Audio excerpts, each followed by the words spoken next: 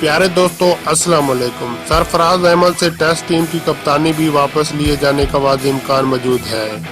World cup کے بعد test team کے نئے کپتان کا اعلان کر دیا جائے گا۔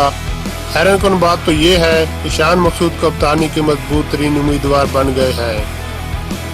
تفصیلات کے مطابق نجی ٹی وی چینل کی رپورٹ میں دعویٰ کیا گیا ہے کہ قومی ٹیم کے کپتان سرفراز احمد کی ان دنوں ستارے گردش میں ہیں۔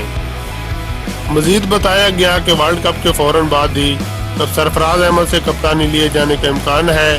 بتایا گیا ہے سرفراز کی کپتانی قومی ٹیم کی ایک روزہ اور ٹیسٹ کرکٹ میں 2 سال کے دوران کارکردگی انتہائی مایوس کر رہی ہے، اس لیے سرفراز احمد سے ٹیسٹ اور ایک روزہ ٹیم کی کپتانی واپس لیے جانے کا واضح امکان موجود ہے۔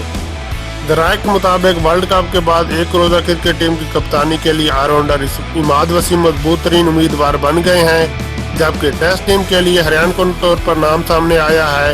ذرائع کے مطابق نوجوان بلے باز شان مقصود کو ٹیسٹ ٹیم کی کپتانی کے لیے مضبوط ترین امیدوار تصور کیا جا رہا ہے۔ تاہم اس حوالے سے کوئی حتمی فیصلہ ورلڈ کپ کے بعد ہی کیا جائے گا۔ مزید بتایا گیا ہے کہ chairman P C B Ehsan Mani قومی کرکٹ ٹیم کے کپتان سرفراز احمد سے گزشتہ رابطہ ہوا تھا۔ ذرائع کے مطابق احسان مانی نے سرفراز احمد کو ورلڈ کپ کے بعد کپتانی برقرار رکھنے کی یقین دہانی نہیں کرائی۔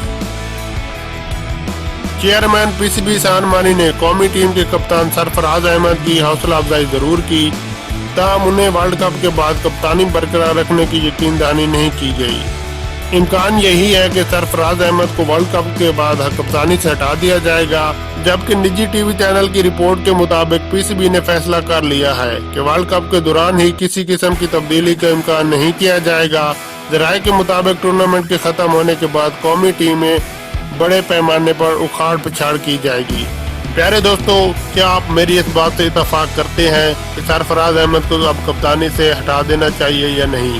اپنی قیمتی رائے کا اظہار ضرور نیچے کامنٹ باکس میں کریں۔ شکریہ۔